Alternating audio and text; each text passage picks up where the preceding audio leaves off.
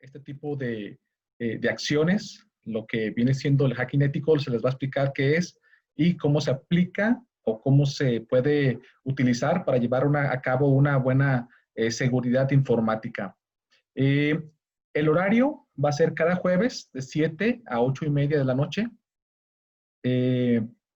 La dinámica de la sesión, como todos bien sabemos, pues para llevar a cabo algo más dinámico y que no tengamos por ahí alguna distracción, es que todos tengamos nuestras cámaras y nuestros micrófonos cerrados, a menos que en su momento alguien requiera alguna intervención a través del chat, se los haremos saber. Entonces por ahí pueden presentar alguna pregunta y nosotros se las haremos estar llegando a nuestro instructor. Nuestro instructor es Antonio Barajas del Castillo. Antonio, el maestro Antonio, tiene una gran experiencia como desarrollador, arquitecto de software, diseñador de software, maneja diversos lenguajes de programación, PHP, ASP.NET, C Sharp, Angular, Bootstrap, Java, JavaScript en Ajax, C++, Ionic, Python, Android, SQL Server, muchos lenguajes también de bases de datos. Es socio en varias empresas de diseño y desarrollo de software, de seguridad digital, tal como lo es también el cómputo forense y el caso de Raptor, es socio de estas empresas. Ha trabajado en diversas instituciones públicas y privadas, ha sido también instructor o maestro de la Universidad de Guadalajara, específicamente del CUSEI, y también ha impartido clases en la Universidad Telecom Sud de París. Conoce muchos sistemas operativos, entre los más comunes Unix, obviamente Windows y varias versiones o distribuciones de Linux. Bueno, pues para no hacer un poquito más tedioso y irnos más rápido en esta primera sesión, voy a dejar el uso de la voz al maestro Antonio Barajas. Antonio. Muchas a todos, buenos días a todos los que están en un horario diferente. Vamos a iniciar el curso de hacking ético y ciberseguridad en este primer módulo que es la introducción.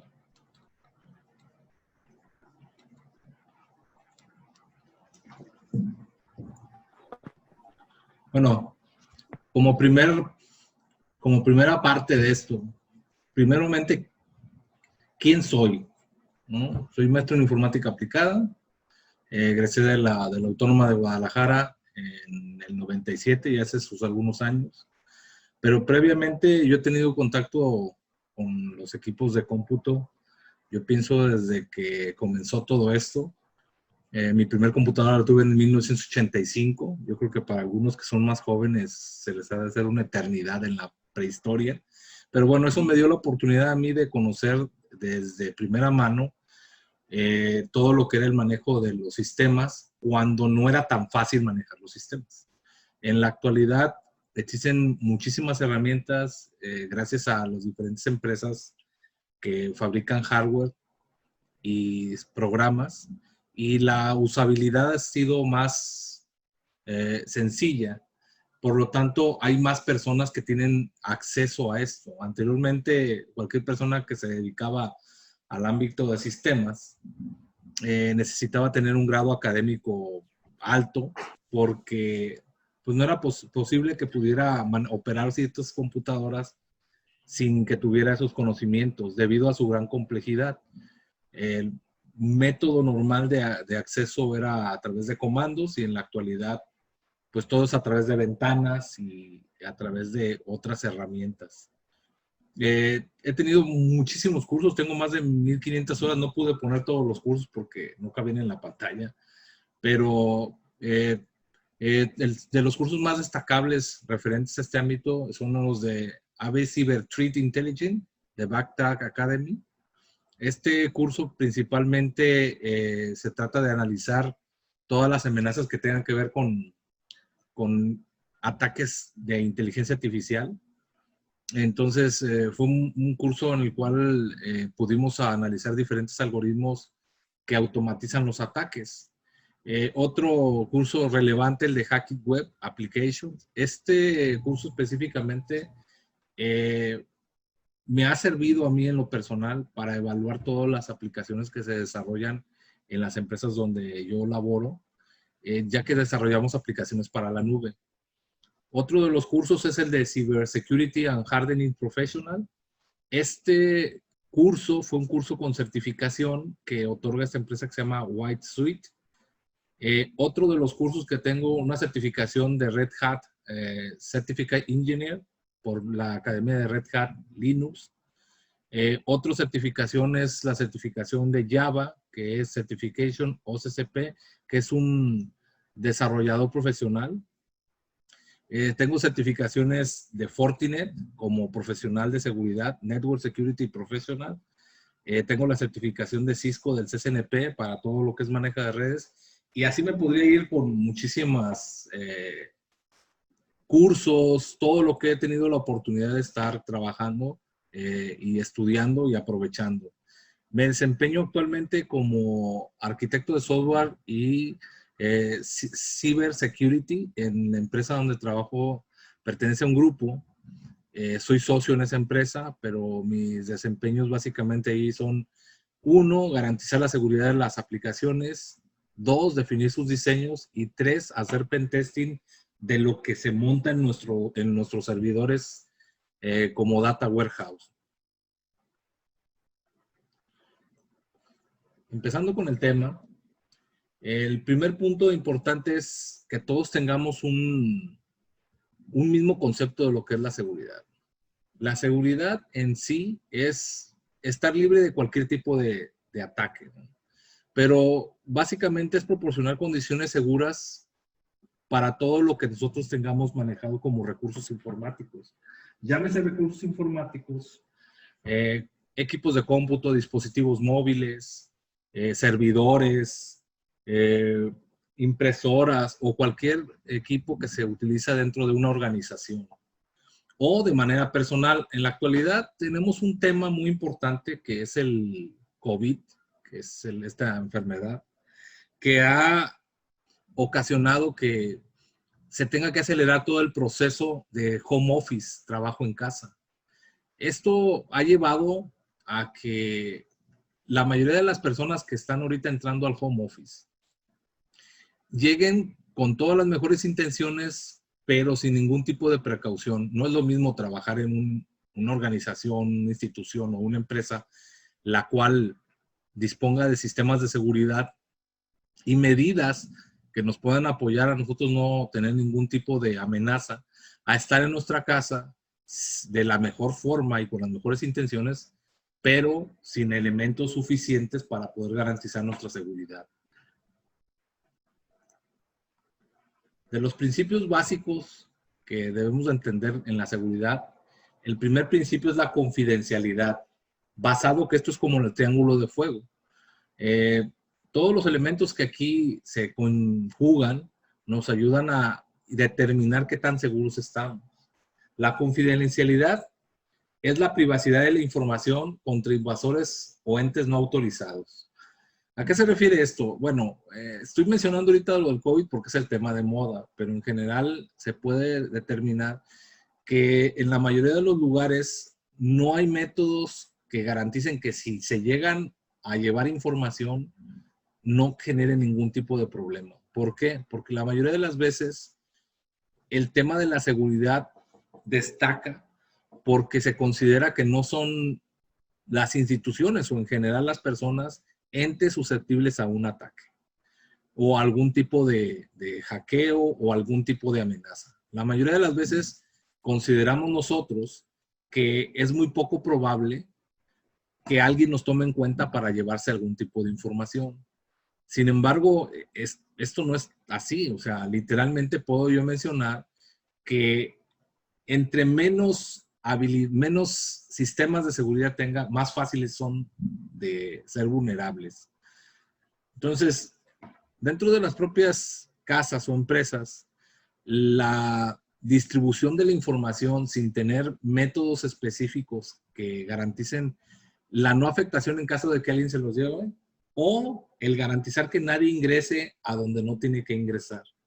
Es decir, si poniendo un caso, una impresora, nada más la puede usar la persona A, si la persona B manda a imprimir, no tendría por qué poderlo hacer, porque está la seguridad establecida dentro de las políticas que solamente esa persona puede hacer uso de la impresora. Sin embargo, en la mayoría de los lugares se carecen de estos sistemas básicos mínimos. Entonces, referenciado como confidencialidad es garantizar que lo que nosotros definimos como datos no sean vulnerados por nadie más. Otro de los elementos del triángulo de la seguridad es la integridad. La integridad se refiere a que no pueda ser cambiada esta información por alguien más y asumirse que es una información real. En este momento del tiempo, donde ya todos, bueno, no todo, la mayoría es digital, tenemos un elemento básico que es la garantía de la autenticidad de la información.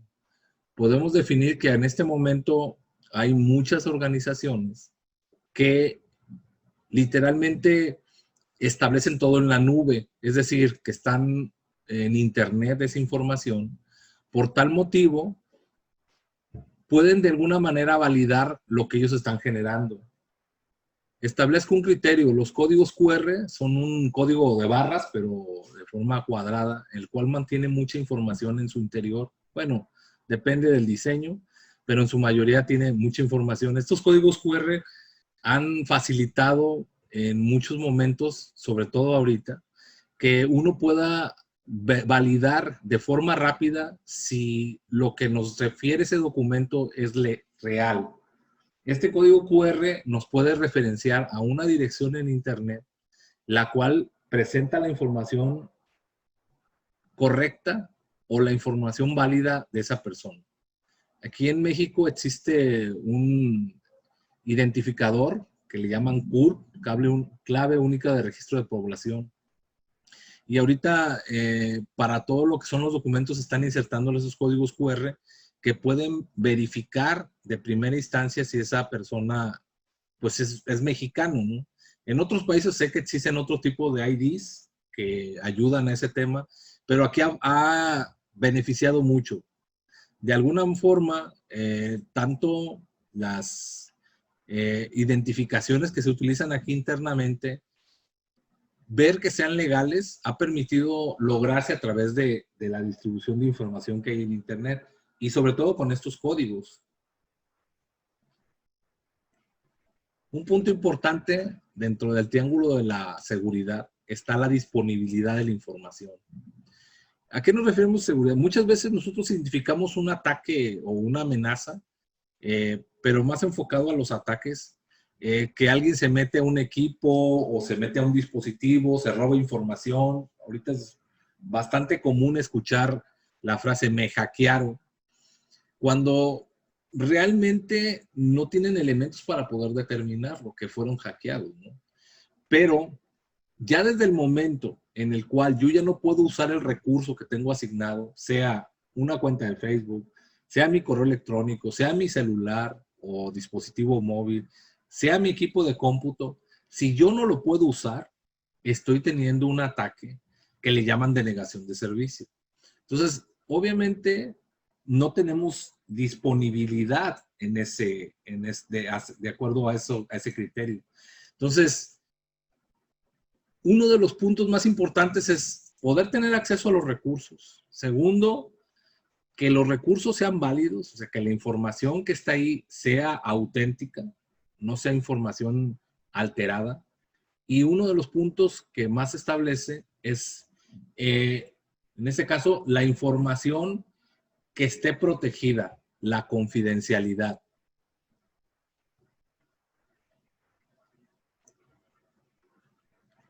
Ahora, ¿qué mecanismos existen para lo que es todo el manejo de la seguridad?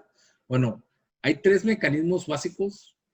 Uno es las preventivas, es decir, tomar acciones antes de que tengamos algún tipo de evento. Normalmente la mayoría pasamos por alto estas situaciones. Procuramos no hacerlo en la medida de lo posible, considerando el primer premisa, que es que a nosotros no nos va a pasar nada. Llámese nuestra organización o llámese de manera personal. Ahora, otro es los métodos detectivos. Es decir, estos métodos se encargan de revelar la presencia de alguien cuando se está cometiendo un ilícito o un tipo de ataque dentro, o de manera personal o dentro de una organización. Y están los correctivos, aquellos que en la mayoría sí son, ¿no? Una vez que sufrimos un tipo de ataque, algunos y algunas organizaciones actúan para arreglar lo que ocurrió. Claro que para poder llegar y corregir lo que ocurrió, se necesita tener un plan que permita que tengamos una recuperación en caso de un problema. Que también volvemos es al punto de que la mayoría de las veces no tenemos esas prácticas que ayuden a que tengamos métodos correctivos. Hay un tipo de ataque que ahorita está muy de moda, es los ransomware. Un ransomware es un virus, se podría decir un malware, el cual secuestra un equipo de cómputo o un dispositivo móvil o hasta todo lo de una organización. ¿De qué manera lo secuestra? Ingresan y codifican toda la información para que pueda ser decodificada a través de una llave. Si nosotros no proporcionamos esa llave, obviamente nunca vamos a poder ver nuestra información. Lo estoy poniendo de ejemplo porque los 3 elementos que tenemos aquí son algo que nos daría a nosotros la observación acerca del problema. Si tuviéramos elementos preventivos, es decir, nosotros tenemos un plan que permite tener toda la información salvaguardada de tal manera de que en caso de un problema podamos restaurarlo de manera más rápida. Los detectivos, que en el momento que se está efectuando esto, podamos nosotros determinar que hay algún tipo de ataque o amenaza y tomar las medidas que permitan prevenir que se extienda más allá. Dentro también de los preventivos está la capacitación. La capacitación que se tiene referente al manejo de las tecnologías es algo que si se tuviera todos los elementos a la mano y las personas con conocimiento, sería más complicado de que tuviéramos algún tipo de ataque. ¿Por qué? Normalmente hay 2 factores que se toman en cuenta para realizar una amenaza o un ataque a algún lugar. La primera son las personas. Cualquier persona con conocimientos básicos no tan avanzados es susceptible de ser utilizada para poder hacer un ataque. Entre menos conocimientos tenga la persona, más fácil es de engañar, de tal manera que se puedan lograr las metas del hackeo. Y hay otros elementos también muy importantes que menciono aquí, es que aunque pudiera parecer curioso, son las personas que más saben de tecnología. Dentro de una organización, la principal amenaza para el cambio y para tomar las medidas correctivas correspondientes o preventivas es el departamento que se encarga de la tecnología. Muchas son las razones. Algunas de ellas pueden ser que no tengan todos los elementos correctos y entonces una auditoría o algún plan preventivo podría mostrarlos. Y más si eso ya se comentó o se estableció que ya se tenían todas las medidas y se están haciendo todo lo necesario para tener la seguridad adecuada dentro de una empresa o una organización. En el caso de las personas, o sea, ahorita como estamos con la situación de lo del COVID, es más complejo porque una inversión para poder tener todos los conocimientos o de personas que conozcan del área de sistemas, pues regularmente en su casa no establecen las políticas correctas, tanto como en una organización. Pero un punto importante que yo menciono aquí es, normalmente cualquier tipo de ataque, primero se va a ir por los eslabones más débiles. ¿Cuáles son esos eslabones? El primero son las personas que tienen menos conocimiento, los usuarios. Y en segundo, por los ingenieros o técnicos que consideran ya saberlo todo. Entonces, ellos se vuelven también una amenaza porque al considerar que ya están en un nivel muy alto y tienen todas las medidas correctas, no toman las iniciativas tanto para recibir ayuda como para prevenir cualquier tipo de ataque. Ahora, ¿cuáles son los factores de riesgo que podemos detectar en un ciberataque? Bueno, hay tres que son los tecnológicos, los humanos y los ambientales. Específicamente los tecnológicos son fallas de hardware, software o virus. En general aquí voy a establecer un criterio. Cuando se diseña tanto software como hardware, son diseñados por personas. Y no he visto hasta este momento de mi vida nadie que desarrolle algo perfecto, que no sea susceptible a fallas. Porque por más inteligente que se considere a alguien o un grupo de personas, siempre va a haber algo que no lo consideró. Y ese algo que no consideró es lo que ocasiona que se generen otros tipos de problemas. Entonces, básicamente, los ataques tecnológicos se refieren a fallas que existen en los programas o fallas que existen en los equipos.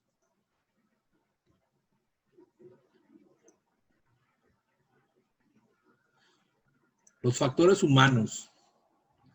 Bueno, aquí estoy poniendo cuáles son los factores humanos. Primero, en orden, sería todo aquello que nosotros no tomamos en cuenta como usuarios o como ingenieros.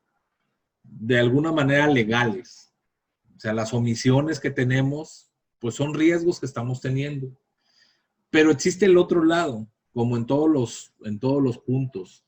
Cuando nosotros nos descuidamos, siempre hay personas o empresas o entidades o organismos que buscan la manera de violentar lo que uno tiene. En este caso, los hackers, crackers que vienen aquí definidos, son los que más abundan para poder realizar este tipo de cosas. Habría que ver, ahorita lo vamos a ver, una definición más grande de hacker y de cracker, pero realmente son personas que buscan sacar algún tipo de beneficio respecto a los errores que se están teniendo por parte de las personas o de los ingenieros. Ahora, hay un punto muy importante aquí que puse abajo que se llama hacktivismo, el terrorismo cibernético. Antes de iniciar la pandemia, teníamos un tema muy importante que eran todas las marchas que había en muchísimos lugares. Estas marchas destructivas iban a los diferentes lugares comunes, plazas, calles, entre otras cosas, causando daños ahí a las calles o por donde iban pasando. Bueno, si nosotros trasladamos eso a lo informático, a lo tecnológico, tenemos lo que es el hacktivismo. El hacktivismo es como esas marchas donde hay una anarquía o una violencia constante, pero en el ámbito informático. Muchas veces también hay términos que se empiezan a usar por los hacktivistas, ¿no? Por ejemplo, un hater es una persona que pues obviamente hasta el mismo término en inglés establece que odia a todo mundo, ¿no? Entonces, ese es un tipo de hacktivismo. Otro hacktivismo que se tiene es cuando tú tratas de hackear o atacar a algún representante político o una institución para poder establecer o poner publicidad que sea dañina a esa institución o a esa persona. Esa es otra clase de hacktivismo. Y como eso podemos mencionar mucho. Hay un grupo a nivel mundial que se autodenomina Anonymous, que básicamente es un conjunto de personas que tienen criterios para establecer moralmente qué está bien y qué está mal, ¿no? Pero la característica de estas personas es que tienen conocimientos técnicos avanzados, de tal manera que se establecen para poder hacer averías o daños dentro de lo que son instituciones o afectar a personas o a terceros. Entonces el hacktivismo también es un factor humano.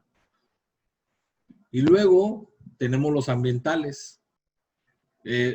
Había establecido que uno de los puntos importantes de la seguridad era que pudieras tener continuidad con el uso de lo que tú tienes. Llámese tu dispositivo móvil, llámese tu computadora, servidores u otras cosas, ¿no?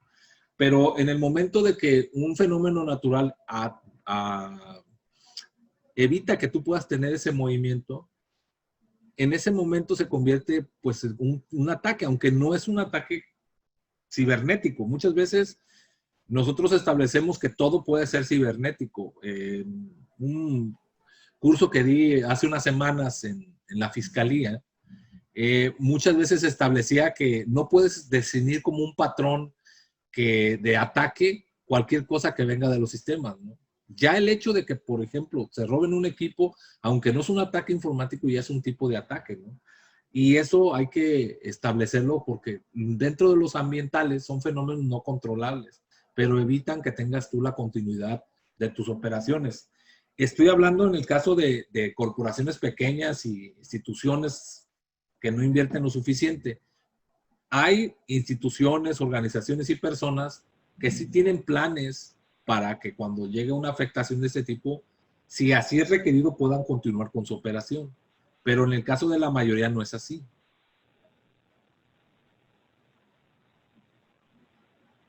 Vamos a ver un pequeño video.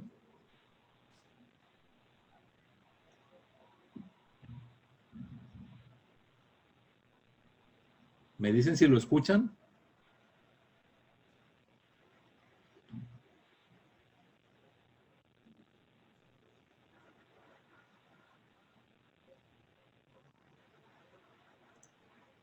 Aún no se escucha, Antonio. No sé si activaste No se escucha. el audio. Compartir otra vez el audio. Ok.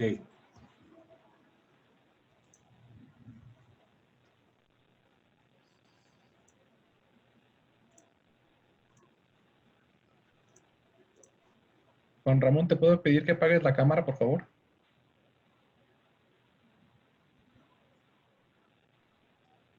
A ver. Va de nuevo. Ya, bien. Siglo XXI. La tecnología está en todos lados. En nuestro hogar, en nuestro trabajo, en la calle, y su uso se encuentra cada vez más incorporado a nuestro estilo de vida, agregando valor a nuestras actividades cotidianas. Nos informa, nos ayuda, nos entretiene. La usamos para relacionarnos, realizar trámites, comprar, vender, trabajar y aprender. Potencia la operación y el funcionamiento de empresas, organismos públicos, el control vial, servicios de electricidad, agua, telefonía y hospitales. ¿Qué ocurriría si los semáforos colapsaran y una ambulancia no llegara a tiempo? ¿Qué pasaría si alguien robara nuestra información y se hiciera pasar por nosotros sin que lo sepamos? ¿Podría ocurrir esto? Juan recibe un correo electrónico con un archivo adjunto. María utiliza la computadora de la oficina para publicar un video familiar en internet. Pedro está descargando música y conectado a un portal de juegos en línea. Aunque Juan no esperaba ese correo y le parecía rara su redacción, decidió igualmente abrir el archivo adjunto, que en este caso contenía un virus. Como resultado, se infectó su computadora porque no estaba correctamente protegida y el virus se propagó rápidamente por la red al resto de las estaciones de trabajo, ocasionando serios problemas. El departamento de sistemas comenzó a recibir llamadas de varios usuarios y detectó el problema, pero no podía descargar las actualizaciones para los sistemas y antivirus porque María y Pedro entorpecían la conectividad general. Atención al cliente comenzó a experimentar grandes demoras en el sistema. El virus capturaba las conversaciones por chat y los correos de todas las computadoras. En una de las comunicaciones capturadas, el jefe le suministraba a su secretaria la clave de acceso al sistema. El objetivo del virus fue cumplido. Permitió a un tercero robar información y controlar el sistema informático, perjudicando gravemente el funcionamiento de toda la organización. Estos riesgos y problemas pueden afectar a una persona, una familia, un organismo público, una empresa, una entidad financiera, un hospital y hasta a una planta de energía.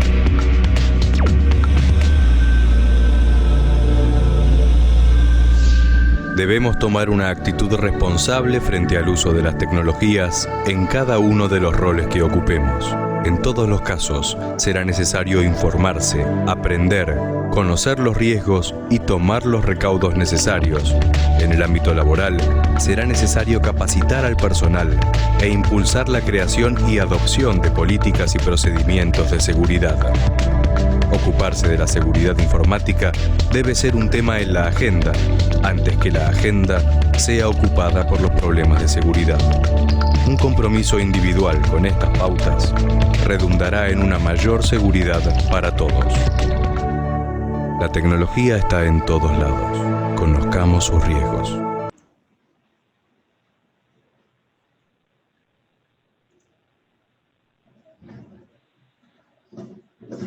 Ok, como acabamos de ver en el video, una de las razones que por las que ha tenido tanto auge lo de la seguridad informática y muchas personas se quieren informar, es porque a medida que avanza el tiempo, más y más cosas son ingresadas al mundo informático. Lo que le llamamos red o internet o red global, cada día está más enfocado en que todo esté interconectado.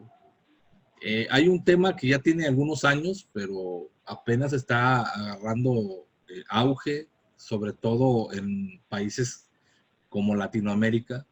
Es lo que le llaman el Internet de las Cosas, que ya le han modificado un poco el nombre, pero al final es el mismo punto.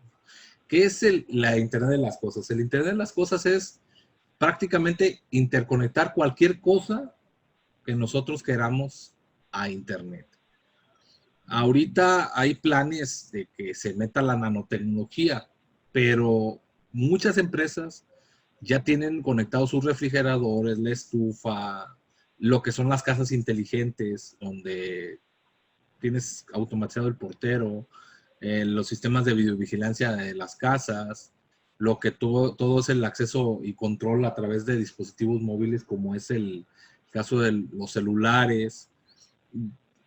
Ya no son tan costosos para que puedan ser accesibles para las personas. Por tal motivo, es cada día más necesario que se tengan medidas de seguridad que garanticen que todo eso que ahorita en este momento estamos viéndolo como beneficios, estamos prácticamente abriéndole las puertas de nuestros hogares a cualquier persona. ¿Por qué? Pues porque para poder protegernos se necesitan medidas de seguridad que hasta este momento pues todavía no han sido consideradas relevantes, y estoy hablando que nosotros ya tenemos medidas de seguridad relevantes dentro de nuestra casa, como son la puerta, las ventanas. Algunas veces hay algunos otros elementos, como por ejemplo protecciones para patios de servicio, entre otras cosas. Entonces, literalmente estoy hablando de que así como consideramos eso, así debemos de considerar la parte de lo que es la informática y la tecnología. Todos los días llegamos o todos los días tenemos ya más elementos, pero sin las debidas protecciones que garanticen que no vamos a tener una amenaza.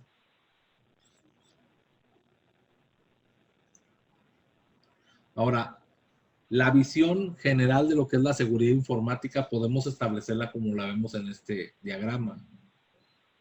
Tenemos la seguridad informática. Por un lado tenemos los riesgos. ¿Qué es un riesgo? Todo aquello que pueda afectar la operación de lo que nosotros realizamos. Si me cortan el cable de internet en mi casa, ese es un riesgo.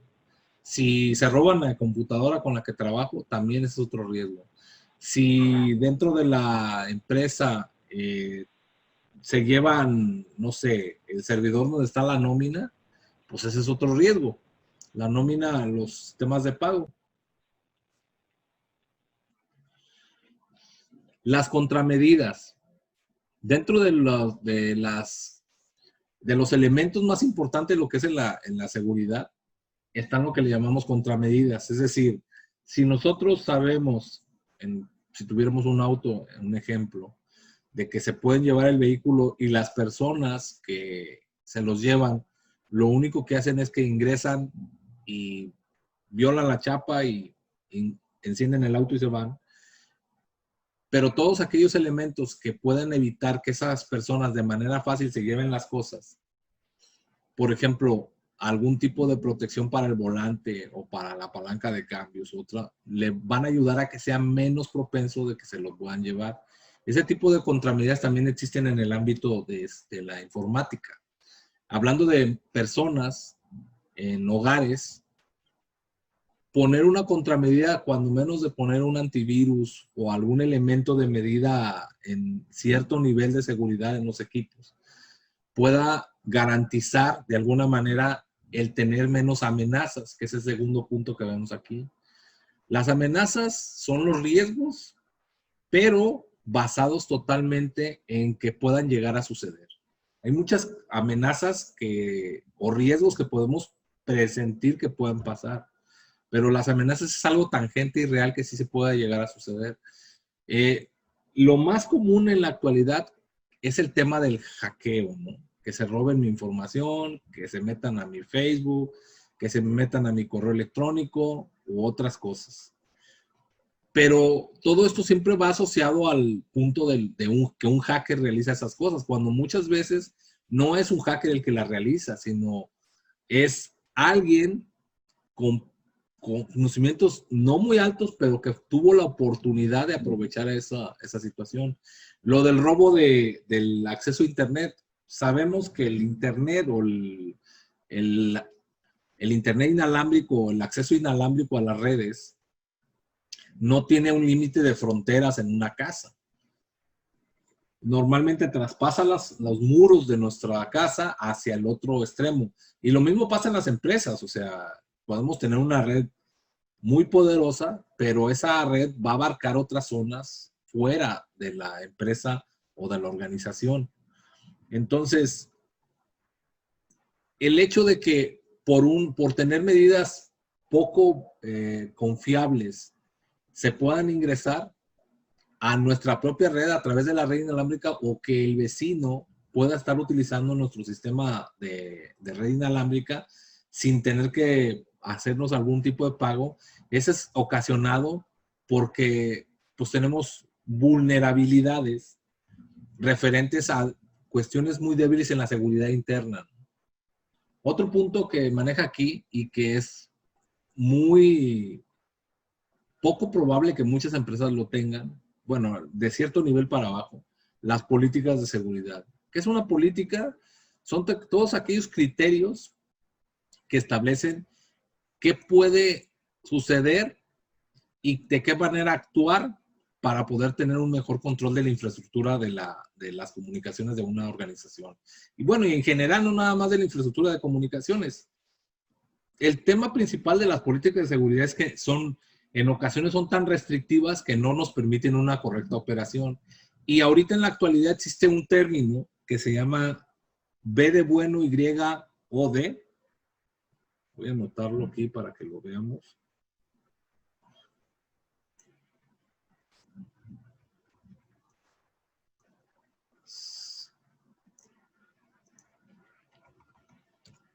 Anotar. Una pregunta. Sí. Eso es lo de, bueno, si no me equivoco, es referente a de que ocupemos nuestros propios dispositivos. ¿Referente a cuál? No sé, bueno, por ejemplo, yo lo vi referenciado en Cisco. Es una forma de que ocupemos nuestros propios, digamos, dispositivos electrónicos para nuestros trabajos. Es correcto. El Bring Your Own Device es el punto en el cual ahorita existe uno de los riesgos más grandes en muchas organizaciones. Por eso lo quería anotar aquí. Vienen de las siglas traer tu propio dispositivo.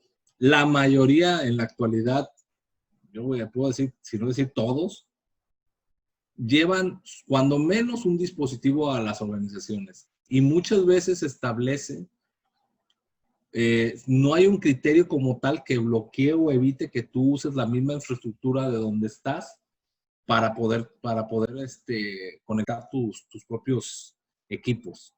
Entonces, estas siglas vienen Bring Your Own Device, que tú te traes tu propio dispositivo a tu organización, ¿no? Entonces, las políticas de seguridad, una buena política como tal, debería de establecer que no podrías ingresar, o si lo ingresas tendrían que certificarlo para garantizar la continuidad.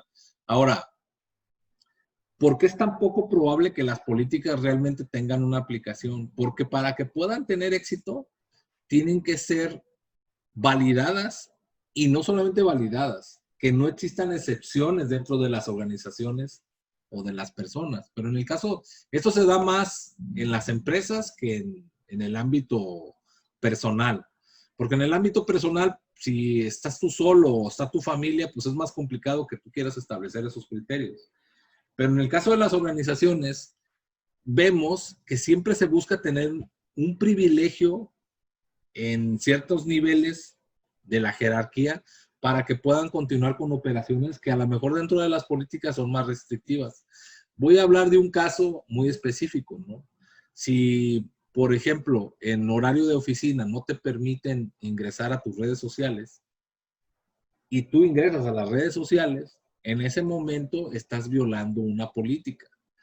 Si dentro de esas políticas que tú tienes establecidas dices que no puede haber excepciones y el director de la empresa sí lo puede usar y no se le aplican las políticas, desde ahí ya se tiene un problema, porque entonces sí hay excepciones a la regla.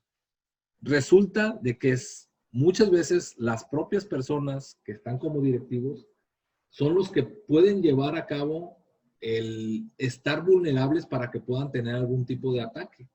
Entonces, este punto de las políticas es muy delicado y es muchas veces no aplicable porque las empresas como tales necesitan establecer criterios que no dependan de la jerarquía que se tiene en una organización.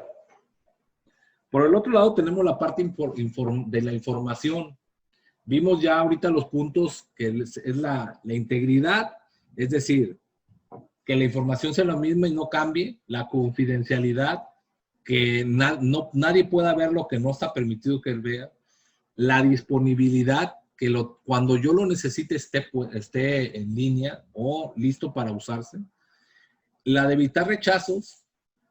Se refiere para que si una persona tiene autorizado ingresar a cierta información, no se le evite que ingrese esa información.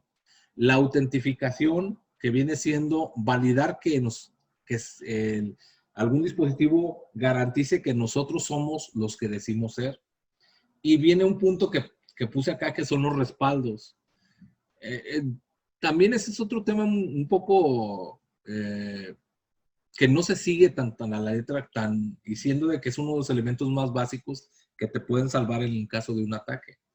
El respaldo de información en la mayoría de las organizaciones, pues no se tiene un plan como tal que permita generar respaldos constantes de la información que evite la continuidad de tus operaciones.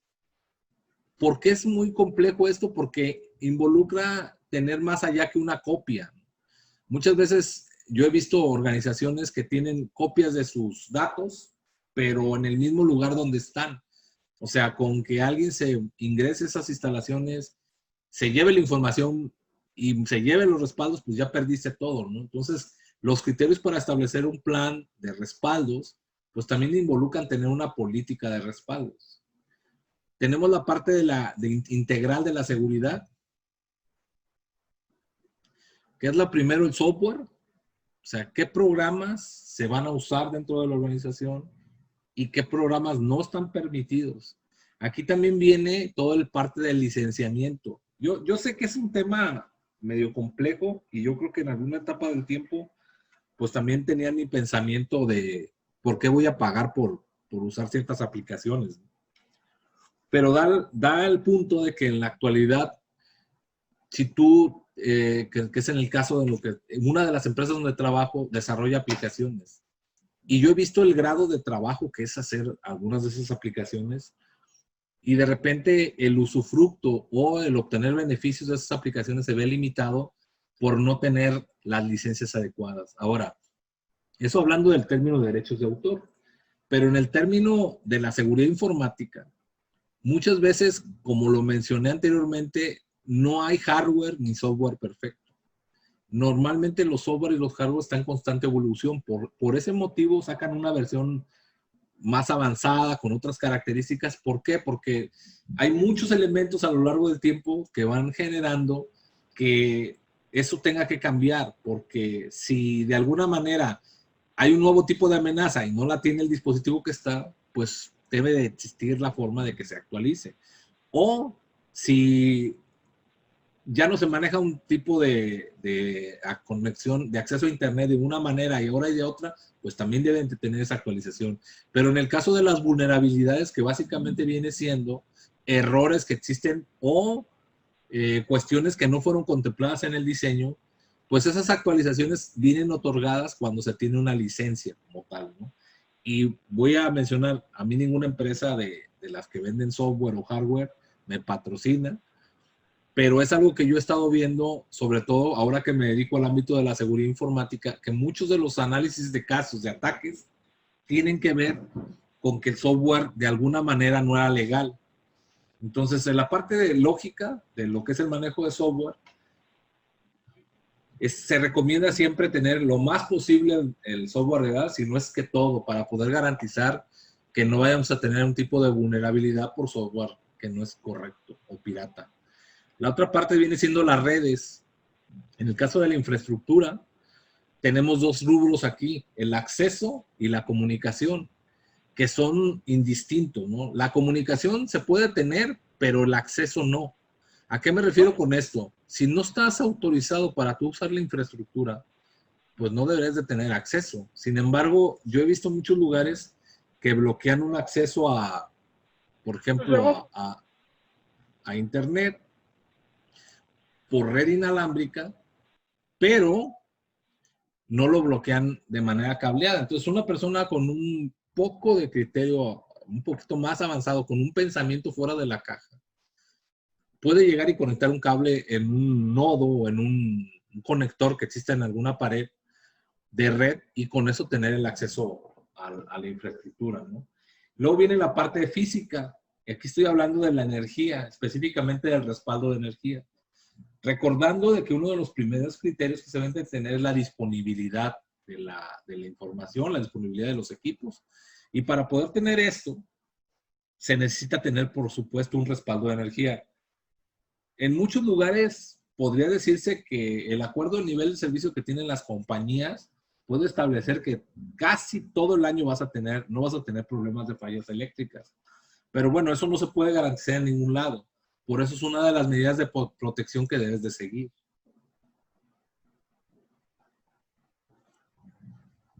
Ahora, ¿qué es un hacker? ¿Sí? Antonio, ¿Sí? hay una pregunta por aquí, aprovechando para que descanses un poquito. Pregunta Javier Acosta, ¿cómo identificas que un ataque fue por software pirata? Ejemplo, Windows con licencia, pero Office pirata. Bueno, dentro de la parte del análisis de cuando post-mortem, que así le llamamos, cuando ya sufriste ese ataque, existen ciertos elementos que verifican cuál fue el punto de acceso, el que te generó ese problema. Una de las cosas que se va a ver en este curso es el análisis de las vulnerabilidades que tiene. Y voy a poner una cosa, muchos conocemos de los parches que manda Microsoft, por ejemplo, en sus diferentes sistemas. Tú puedes tener una infraestructura tan robusta, con tantas medidas de seguridad, hasta un policía ahí, pero si el programa que tienes no está correctamente con todos los elementos para garantizar su seguridad, pues vas a tener esa vulnerabilidad ahí y por lo tanto es un hueco por el cual se pueden meter. Hay unos elementos dentro de Windows que te permiten ver los logs, tanto de acceso como de seguridad como de aplicación, que te pueden dar la ruta por la cual sufriste ese tipo de ataque. Estos son elementos para obtener evidencias cuando ya sufriste el percance. Ahí se pueden ver claramente los registros y qué vulnerabilidad fue explotada con un software pirata. Antonio, y bueno, adicionalmente a esto, justamente ahorita traemos una investigación de un bufete jurídico, porque uno de sus clientes, la propia empresa, digamos, Office, detectó que estas personas o esta empresa estaba utilizando software pirata, lo detectan ellos y bueno, les están haciendo una multa enorme. Obviamente todo el software de ellos tiene los métodos adecuados para identificar quién utiliza sus licencias, ¿no? O su software sin licencia. Entonces, pues también es cuestión de que estos son, de alguna forma, dentro de los desarrollos, cosas que están previstas, y si por suerte a nosotros como particulares no nos ha llegado, es porque no quieren, pero realmente ellos tienen todas las herramientas para detectar quién utiliza software legal o ilegal, ¿no?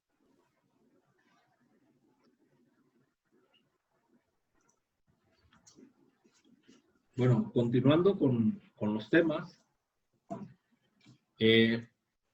empezamos con el término de los hackers, ¿no? Normalmente las películas y Hollywood y todo ese tipo de publicidad que se hace a través de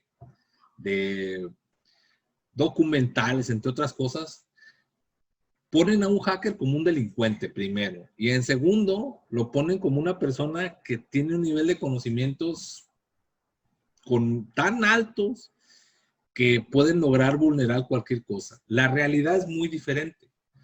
Uno de los temas que en algunos cursos me preguntan es que si realmente la definición tal cual como se genera de que es una persona con grandes conocimientos fuera real, o sea, tal cual, porque hay jóvenes o niños que logran tener acceso o hacer ataques que para la mayoría de la gente se les complica.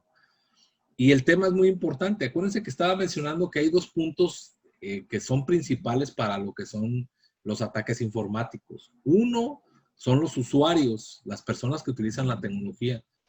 Y dos son las personas que instalan y mantienen la tecnología. Ahora, siempre existe un elemento de falla en todo, en el software y en el hardware. Las personas que logran tener acceso de manera rápida a alguno de esos dispositivos son personas que le llamamos nosotros ven fuera de la caja. Lo que nosotros por nuestras propias ideas, estudios, paradigmas, todo, consideramos que no es posible, estos niños, estos adolescentes, jóvenes u otras personas no lo ven así. Entonces, muchas veces hay cosas que nosotros por nuestro propio pensamiento evitamos pensarlas de una manera distinta. Nosotros vemos dentro del cuadro. Y las personas que ven fuera del cuadro, yo les llamo a esas personas que tienen la variable n+1, ¿no?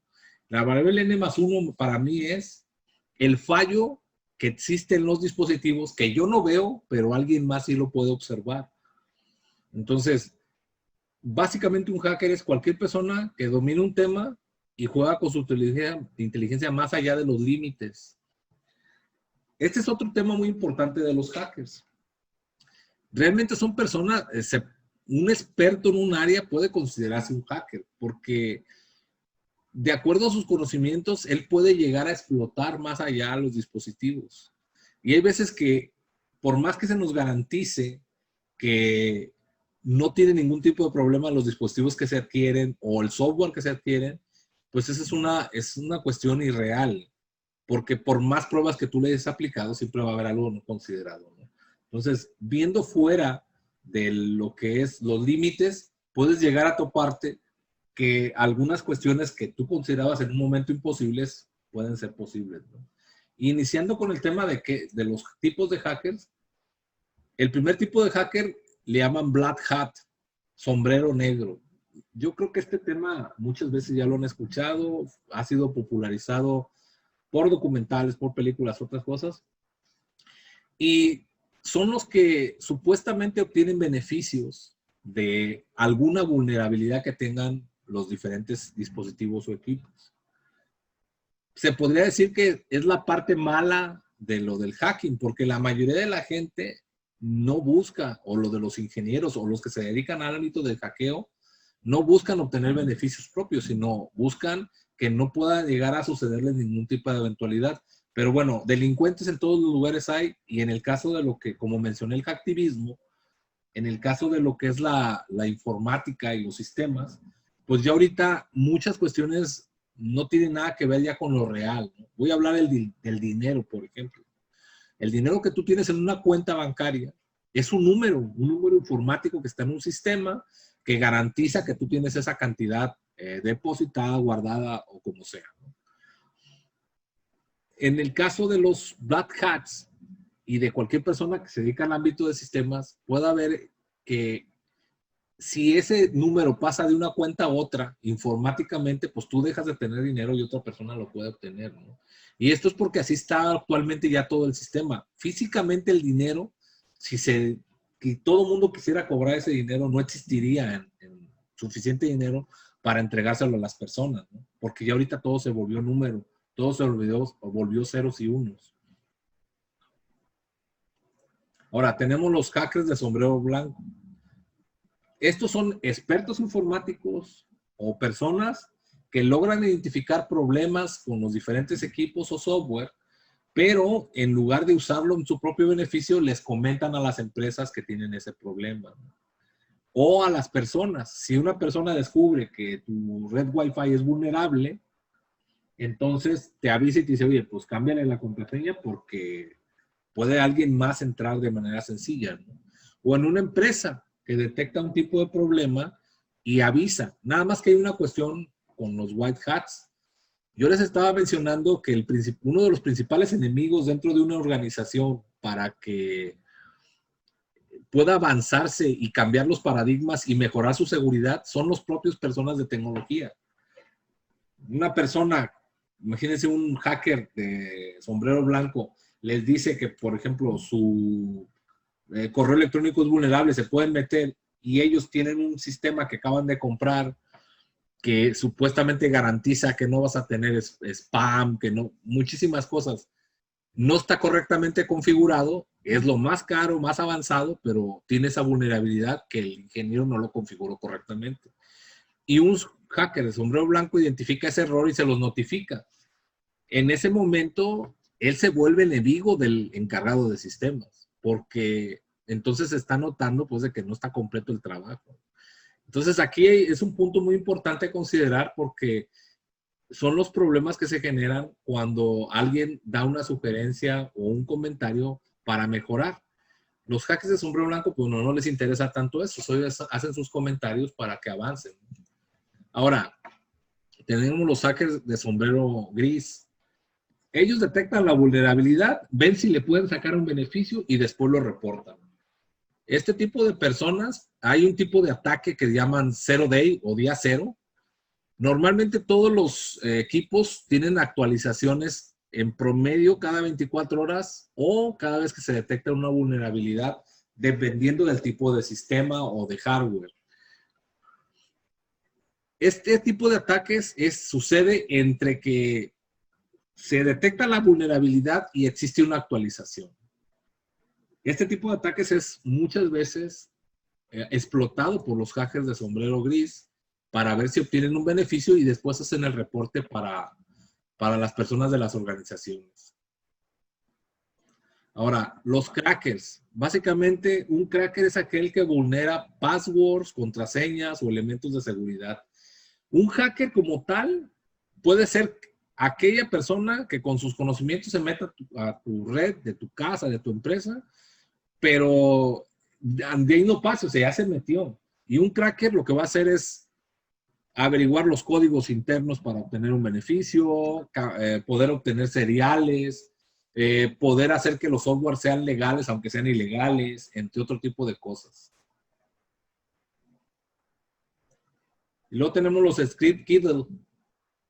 Estos normalmente son personas que utilizan herramientas que alguien más ya diseñó para vulnerar los sistemas. Una de las cuestiones por las que me han preguntado, oye, ¿por qué el curso le incluyes algunos elementos teóricos? Yo soy muy enemigo de la teoría, pero a veces es necesario. Si yo te voy a decir cómo hacer algo, primero tienes que entender por qué sucede. O sea, no nada más es que yo te dé una herramienta, te dé una receta de cómo hacer las cosas, y tú repitas la receta y con eso tú ya consideres que estás avanzando. Cuando en la realidad, uno de los puntos más importantes que tú tienes que tener en cuenta es que tienes que saber cómo suceden las cosas para poder tomar las medidas correctas. Por eso los cursos de seguridad informática y de pen testing tienen que ver cómo emular posibles ataques, cómo tener un pensamiento como un hacker, ¿no? Entonces, un script kiddle es aquella persona que espera tener una receta y un programa que les ayude a resolver, o no resolver, si les ayude a hacer algunas actividades. Normalmente estas personas consideran que ya son hackers, pero sin conocimientos, si tú los sacas fuera de la receta, ya no pueden hacer nada. Los NIWI. Bueno, estos tienen su característica que son aspirantes. No bajan herramientas, la mayoría de las veces se la pasan estudiando y definiendo cómo pueden resolver ciertos problemas, pero sí tratan de tener conocimientos de hackeo y de vulnerabilidades. Obviamente, para poder llegar a tener cierto nivel, pues involucra el estudiar constantemente. Entonces, ellos buscan tutoriales, videos, cursos o cualquier cosa que esté presente que les ayude de alguna manera a lograr su meta de ser hackers. Todo el mundo tiene sus intenciones de manera diferente. Algunos piensan que les puede servir para mejorar su seguridad, pero otros pueden pensar que esto les va a ayudar a obtener beneficios, ¿no? ¿Cómo qué beneficios? Yo he escuchado muchos que quieren meterse a un banco o meterse a una empresa o cambiar la nómina o hasta las calificaciones, que son temas muy comunes dentro de las películas, pero esos son algunos de las intenciones que tienen este tipo de personas. Hay otros que sus intenciones realmente son volverse expertos en esta área para ayudar a donde se van trabajando o mejorar su seguridad de manera personal. Y están los lammers, por eso le puse ese dibujo.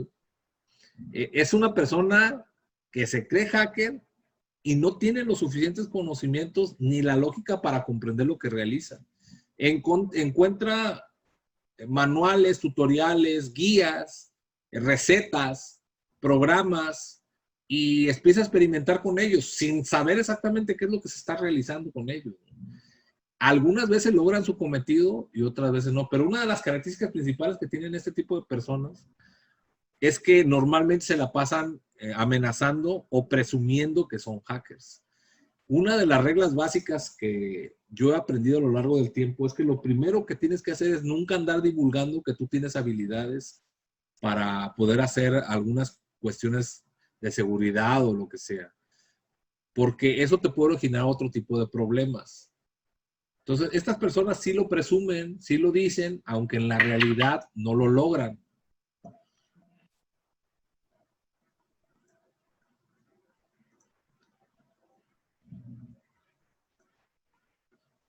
Algo para reforzar lo que acabamos de ver, te los voy a poner un pequeño video.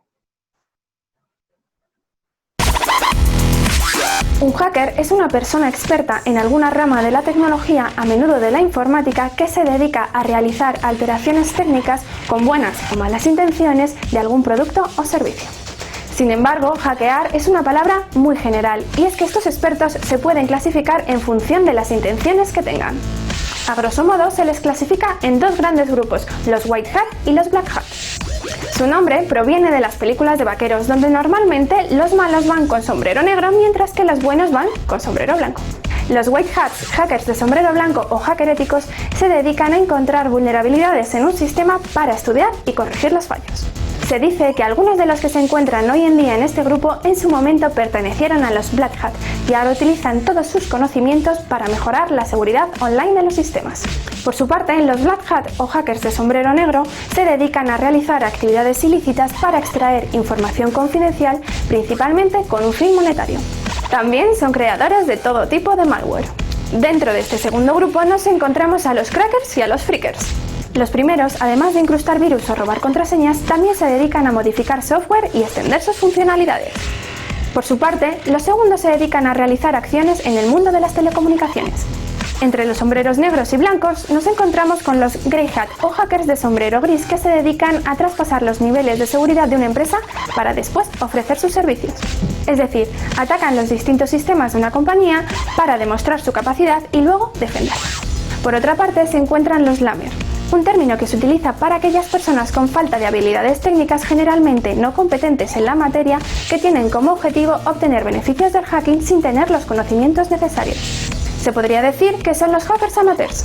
También se encuentran los newi o neófitos, que son los novatos del hacking y que por esa razón no poseen casi ningún conocimiento en el mundo de la tecnología. También se encuentran los hacktivistas, que son aquellas personas que se dedican a perpetrar sistemas seguros con fines políticos. Por ejemplo, varios ataques de Anonymous se han calificado de hacktivismo. Estos son los hackers y los tipos de hackers, y así os lo hemos contado, así que ya sabes, si tienes alguna duda o comentario, puedes dejárnoslo aquí abajo, darle al like si te ha gustado el vídeo o suscribirte al canal si te ha encantado. Nos vemos en computerhoy.com.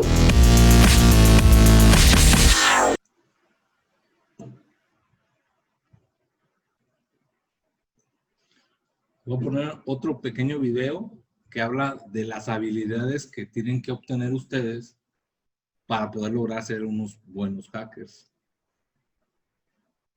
Quieres ser un hacker, pero ¿por dónde empezar? ¿Qué carrera estudiar? Si es que se necesita una en lo absoluto. El día de hoy te voy a compartir las habilidades, una por una, que deberías aprender si deseas ser un hacker. Te recuerdo que no necesariamente eso significa ser un cibercriminal, ya que un hacker también es aquel que vela por la seguridad, y eso es por lo que se aboga en este canal. Sin más preámbulos, te presento 7 habilidades necesarias para ser un hacker.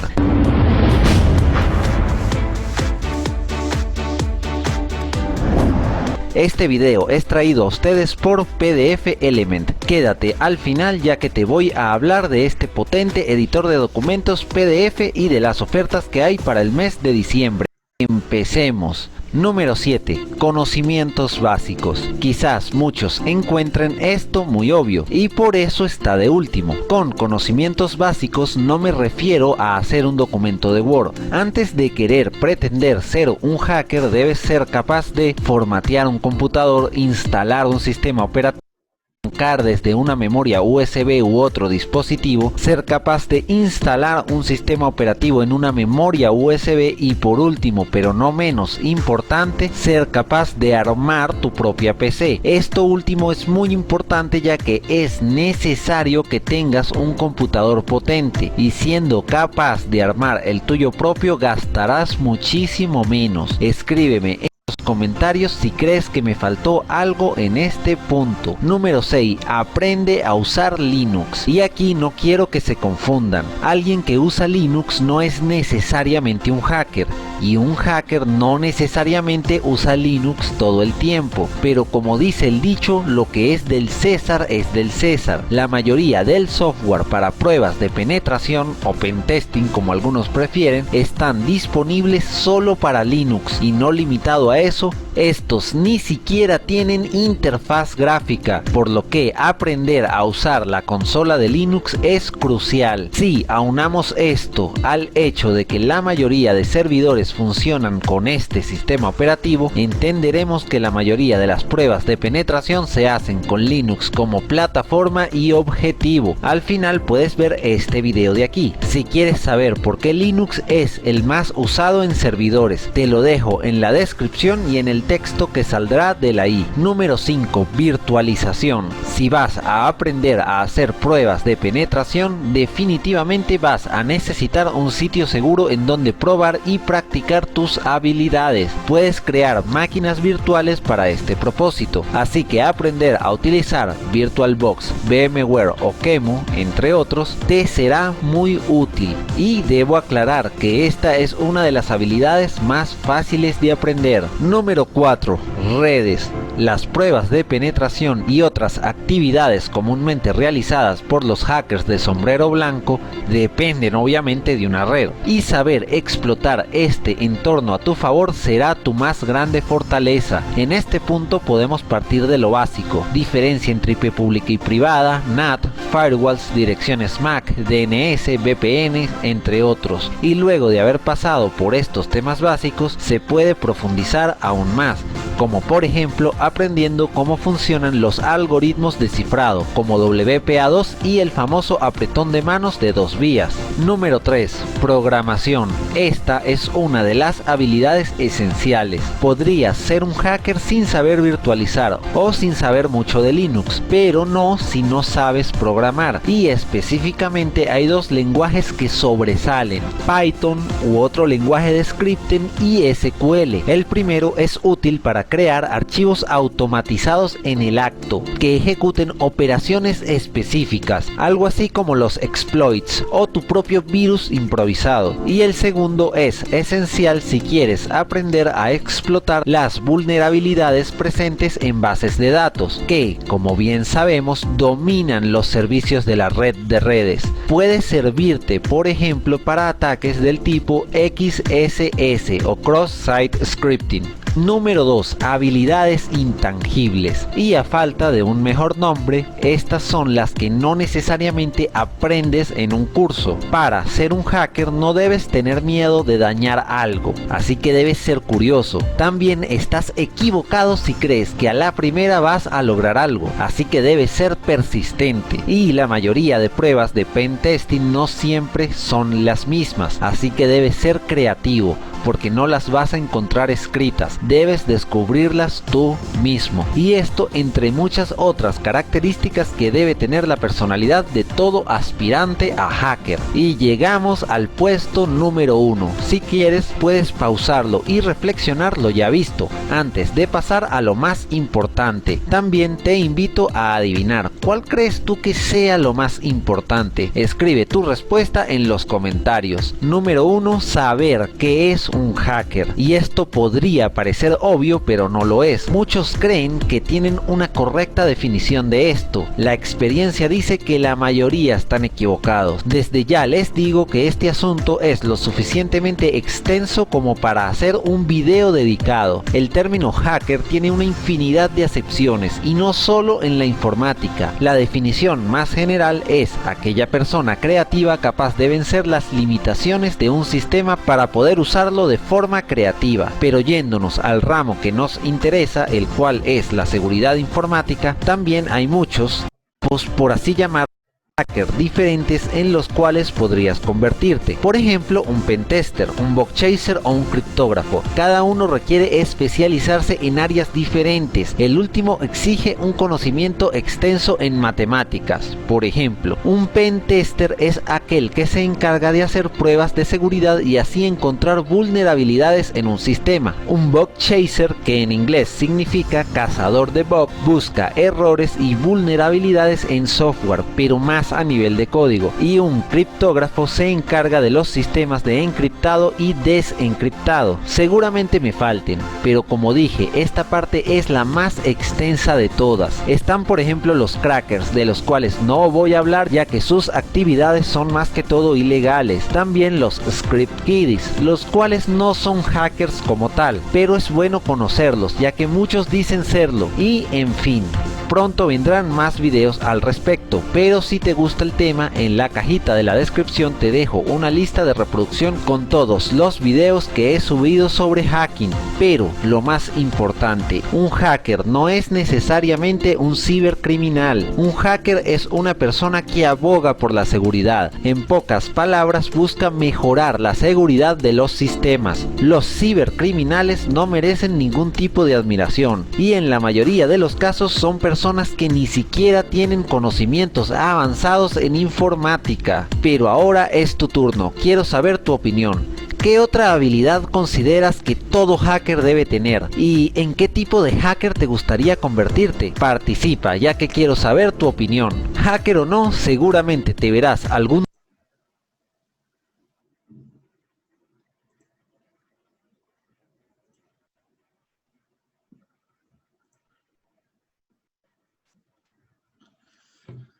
Bueno, retomando un poco lo que estábamos viendo ahorita, vamos a hacer un ejemplo ilustrativo de lo que es un pentesting. Entonces, bueno, lo primero que tenemos que hacer, yéndonos de un aspecto básico, es si vamos a hacer un ataque o vamos a buscar vulnerar algún tipo de dispositivo, si es a través de una red, obviamente hay un identificador en la red que se llama direccionamiento IP. Si nosotros no sabemos cuál es el direccionamiento IP que tenemos, entonces voy a quitar esto de aquí.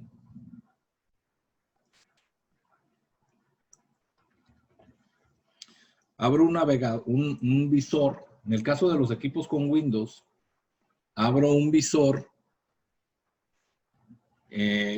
que me va a mostrar una pantalla de comandos. Aquí tecleo el comando ipconfig y me va a devolver a mí cuál es la dirección que yo tengo. ¿Sí? Hay dos tipos de direccionamiento, IPv4 y IPv6, que se verán más adelante.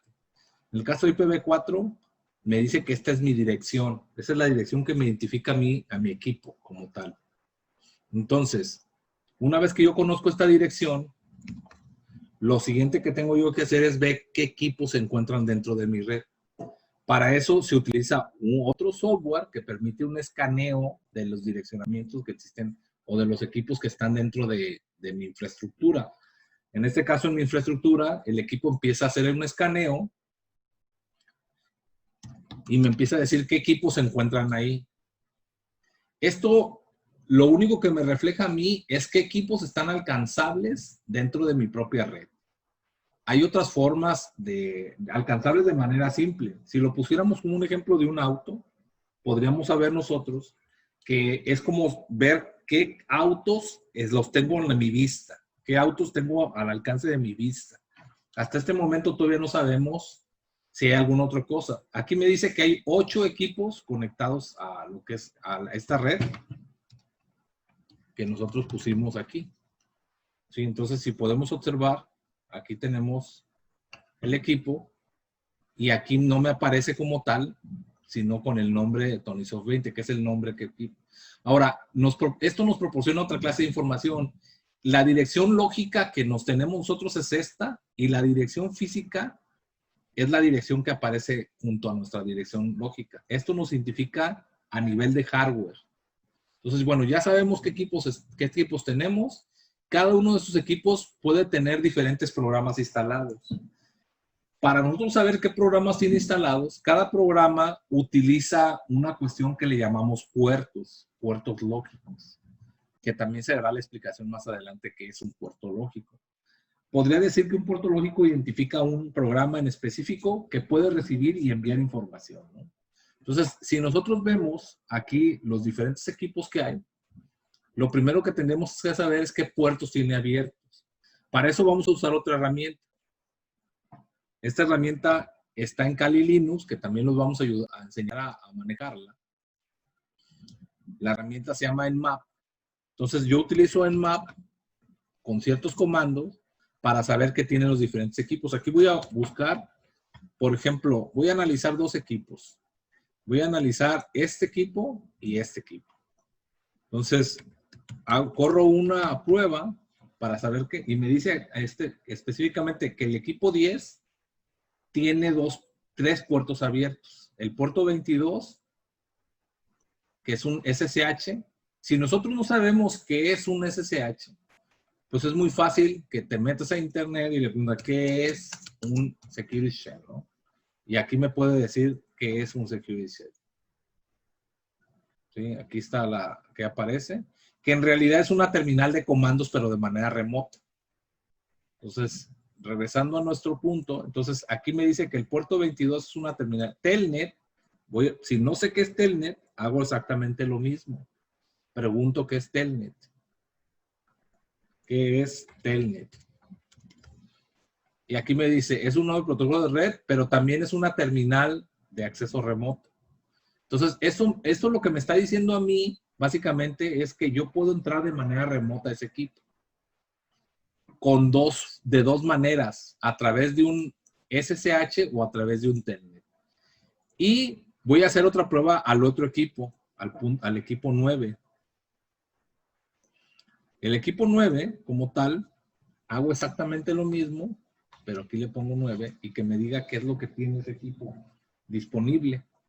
Algunas veces ser rápido, otras veces ser lento. Si nosotros podemos ver, aquí este equipo me empieza a dar una serie de puertos, pero aquí hay uno muy específico, que es, obviamente esto con estudio y experiencia puedes llegar a identificarlo, pero bueno, aquí me dice que es el Microsoft DS, que es Directory Sharing, o sea, que está compartiendo un directorio. Pero si yo no conociera para qué sirve este puerto, yo puedo ingresar a Google y preguntarle, ¿para qué sirve el puerto 445? Y aquí en este momento me dice, es un puerto que se usa para compartir información, el bloque de mensajes del servidor, y si se fijan me dice que es Windows. Entonces, si yo veo aquí, tengo un Windows. Ahora, ¿cómo podría probar si esto es un Windows o si me pudiera meter? Para eso, abro una terminal de comandos. La voy a mover para acá. Abro una terminal de comandos y tecleo las diagonales invertidas con la dirección del equipo. Si se fija, la dirección del equipo es la 109. Y veo que me aparece.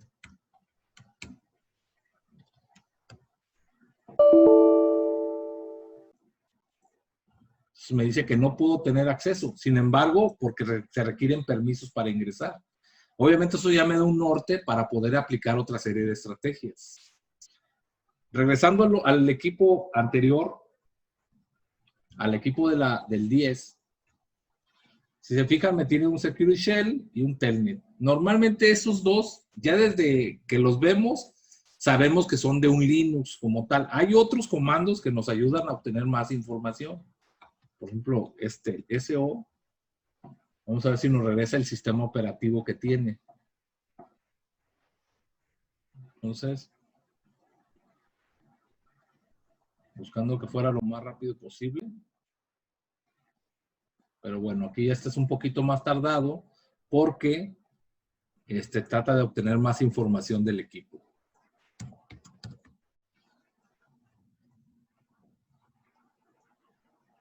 Ok. Esperando. Si yo quiero ver qué es lo que está pasando en ese proceso, puedo abrir otra terminal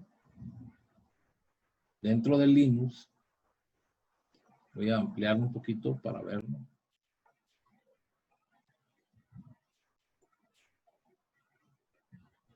Y tecleo un comando que se llama tcpdum. Y me permite a mí ver, es como dentro del ámbito de las redes, cuando escuchas todo el tráfico de otros dispositivos, le llaman sniffer. Si vemos aquí, todos los procesos que está haciendo internamente para poder detectar qué tipo de sistema tiene. Entonces, creo que va a durar un poquito más. Vamos a dejar de hacer ese proceso para hacer Ya una vez sabiendo que tenemos dos terminales de acceso remoto, que es SSH y Telnet, yo decido si inicio con un proceso de ataque. Voy a hacer un tipo de ataque que se llama ataque híbrido, por fuerza bruta y por diccionario. ¿Qué se refiere a esto? Bueno, un diccionario, un ataque para poder ingresar al equipo, es un listado de palabras. Si ustedes se fijan, yo aquí tengo dos archivos, uno le denombré usuarios y otro passwords. Si le doy para saber qué contiene, nos damos cuenta que este tiene tres palabras ordenados de forma secuencial, una tras de otra, usuario, user, usuarios y usuario. Y tengo otro, que es el de los passwords, que trae passwords muy básicos. En Internet existen muchísimos diccionarios, o sea, ya hay gente que se ha dedicado a construir diccionarios con las palabras más comunes que todo el mundo utiliza. Entonces, para poder hacer este tipo de ataque, lo primero que hago es ingreso a través de un programa que se llama Metasploit, que está en Kali Linux, y me va a permitir poder hacer una inyección de ataque por fuerza bruta. Hay otros sistemas, por ejemplo, hay otro programa que se llama Hydra que también permite hacer lo mismo. Entonces aquí voy a decirle que voy a usar un exploit de SSH.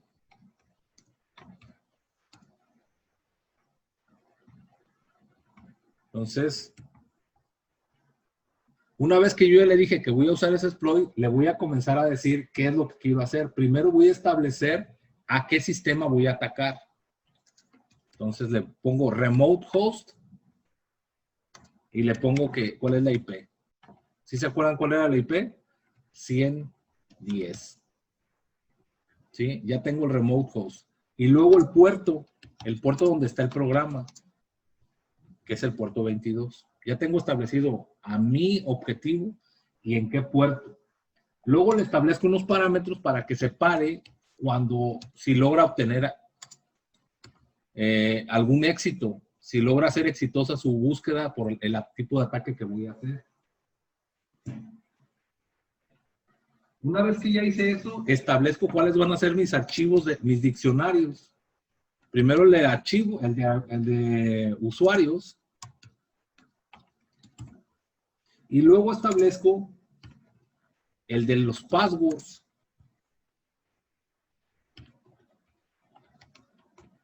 Si se acuerdan, como se los mencioné ahorita, aquí tengo los dos archivos, usuario y passwords. Entonces, ya los tengo los dos. Luego después le voy a decir que me muestre la salida para poder ver qué está haciendo el programa. Y al final de esto, ejecuto el exploit. Finalizar lo que estábamos haciendo el análisis. Primero nos metimos al metaexploit, ejecutamos el exploit que es para SSH al equipo objetivo. ¿Sí? Luego después establecimos el puerto, establecimos el comando para decirle que se parara en caso de que tuviera éxito. Luego definimos cuáles era el diccionario de usuarios, el diccionario de passwords. Y establecimos que nos produjera en línea todo lo que estaba.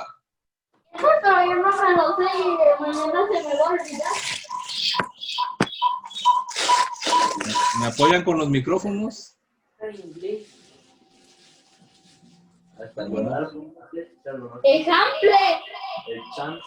Janet, no sé si nos escuchas, por favor, a ver si puedes apagar tu micrófono, ¿está activado? Janet. Es que sí guarda silencio. Ok, después ejecutamos el verbose para que nos reprodujera todos los mensajes y luego lo ejecutamos. Como les mostré hace un momento, teníamos dentro del archivo de usuarios, pues teníamos los usuarios, aquí podemos verlos, es user y usuario. Y dentro de passwords, tenemos estos passwords, usuario del 1 al 8, 1 al 3 y del 1 al 9. Si ustedes observan, lo primero que hizo el programa fue agarrar usuario y luego ponerle el password usuario. Luego usuario y todos los números. Así hasta que tuvo éxito. Encontró un usuario que sí concordaba, usuario, usuario. Entonces ya sabemos cuál es la contraseña, usuario, usuario. Para eso, si yo requiero ingresar, bueno, hay varias aplicaciones que nos permiten hacer el ingreso. Voy a mostrar otra.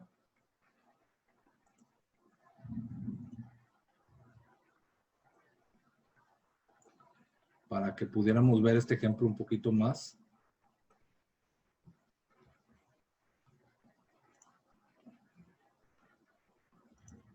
Okay. Aquí tenemos otro Linux. Entonces aquí voy a ponerle el usuario y el servidor que tenemos, que es el servidor.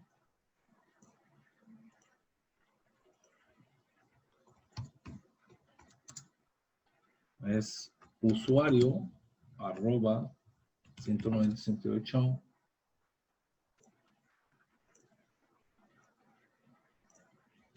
100.10.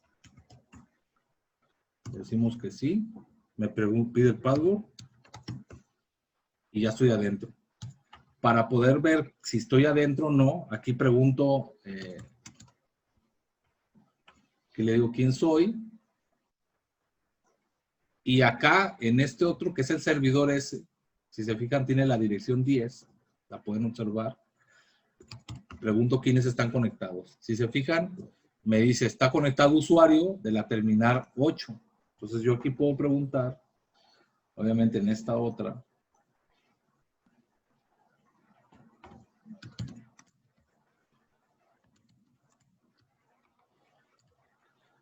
¿Cuál es mi dirección IP? Y si se fijan, aquí mi dirección IP me dice que es la 8. Y si ustedes observan en la otra terminal, aquí te marca que estás conectado con el usuario desde la terminal número 8. Entonces, este es un ejemplo de una explotación de un tipo de ataque que es por la fuerza bruta para poder averiguar contraseñas. ¿Alguna pregunta? Sí, tenemos por aquí un par ya para, hasta este momento, pues termina prácticamente la clase de muestra. Pero tenemos un par de preguntas, te voy a decir por aquí, dice, bueno, ¿de dónde se bajó el punto .OVA del sistema operativo que se está haciendo las pruebas? Yo voy a pasar todas las direcciones de los sistemas. Voy a poner un drive donde literalmente en ese drive van a estar todas las herramientas que vamos a estar usando durante todo el curso, para que no tengan que batallar por los accesos. Ok. Y por otra parte, preguntan por ahí, ¿puedo realizar el ataque de diccionario tanto con Metasploit como con Hydra? Sí, sí se puede. Bien.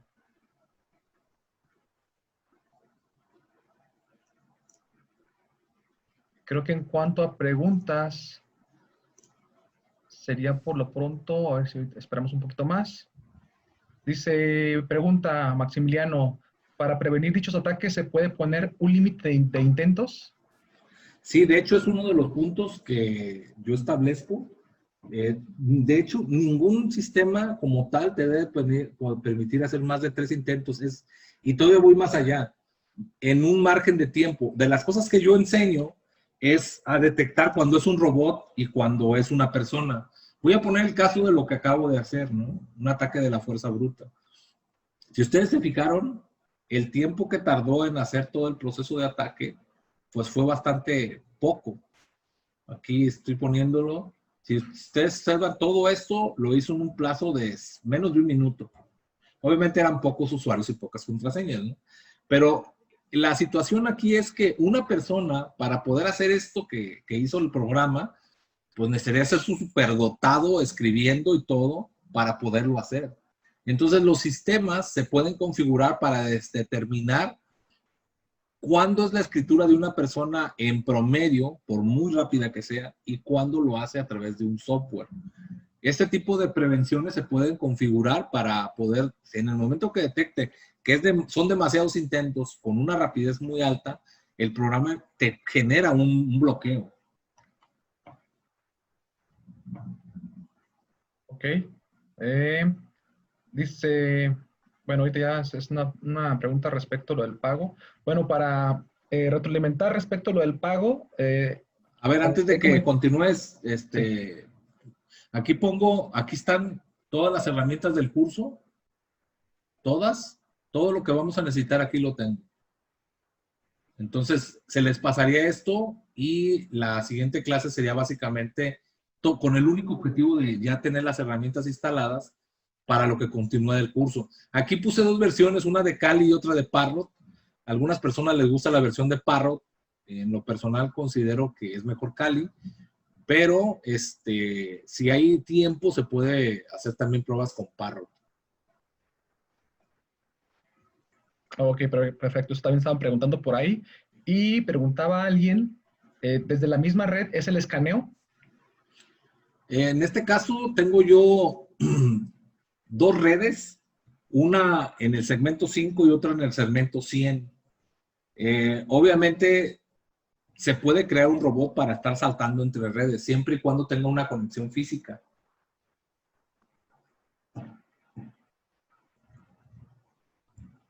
Ok. Y bueno, respecto a lo que comentaban, no sé si tengas alguna otra comentario, Antonio. No, por mi parte, muchas gracias y espero que les haya agradado la presentación. Sí, gracias. Bueno, ya para terminar entonces, les agradecemos por el tiempo. Les vuelvo a reiterar, estas 2 primeras sesiones no se emite una constancia como tal, son gratuitas, y el resto de sesiones, si ustedes requieren una constancia, esta sería con un costo de 150 pesos. Se les envió a su correo los datos del pago y del curso como tal.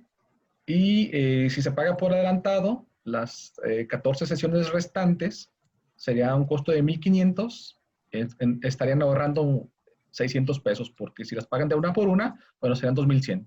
Entonces, bueno, gracias por su atención. Les estaremos haciendo llegar la siguiente sesión a través de su correo electrónico de las personas que como están registradas. Y bueno, pues cualquier duda por ahí nos las harían llegar a través de la página de Raptor o a través de correo electrónico. Muchas gracias Antonio, y buenas noches.